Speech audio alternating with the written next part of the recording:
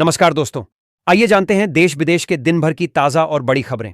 वही आपने अभी तक वीडियो को लाइक और चैनल को सब्सक्राइब नहीं किया, फटाफट से कर लीजिए।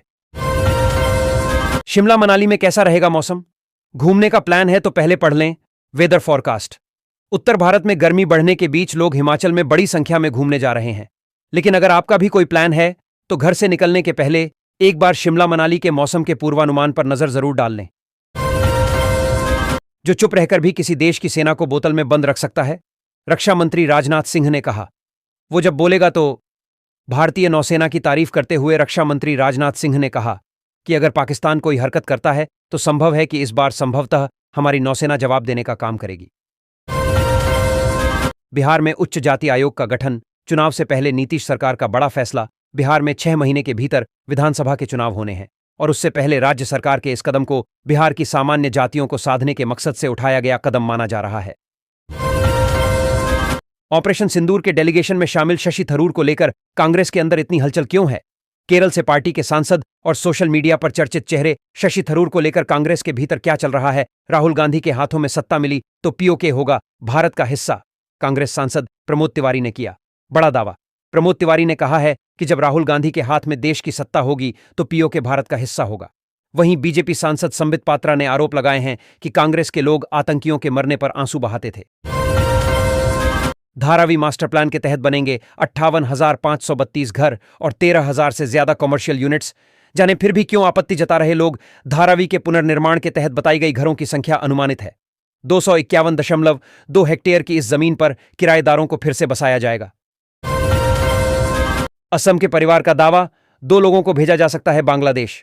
गुवाहाटी हाईकोर्ट ने केंद्र और राज्य सरकार को जारी किया नोटिस। गुवाहाटी हाईकोर्ट में असम के 2 परिवार द्वारा याचिका दायर की गई है, जिसमें इस बात को कहा गया है कि सुरक्षा बल याचिकाकर्ता के परिवार के 2 लोगों को उठा ले गई है, जिसे कभी भी बांग्लादेश भेजा जा सकता है।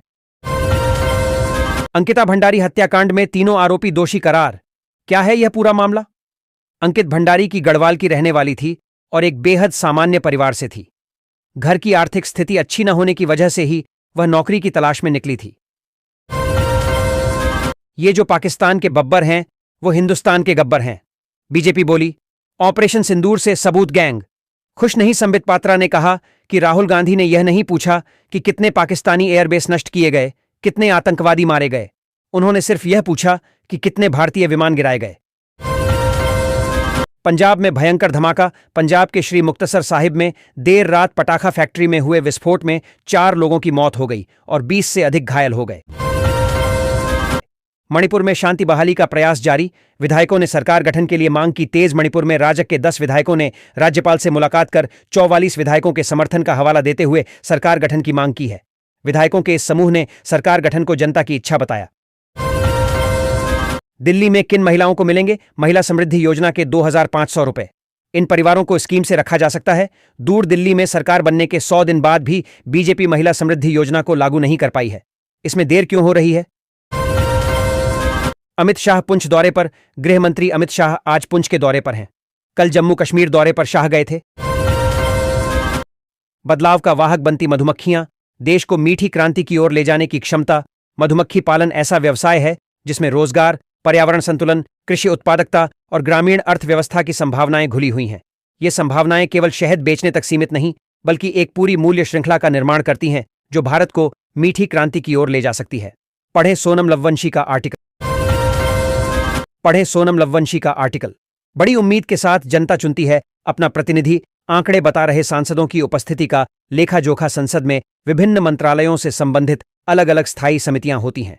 कई बार सरकार की ओर से तैयार की गई योजनाओं और नई नीतियों व कानूनों का मसविदा इन समितियों के पास विचार के लिए आता है।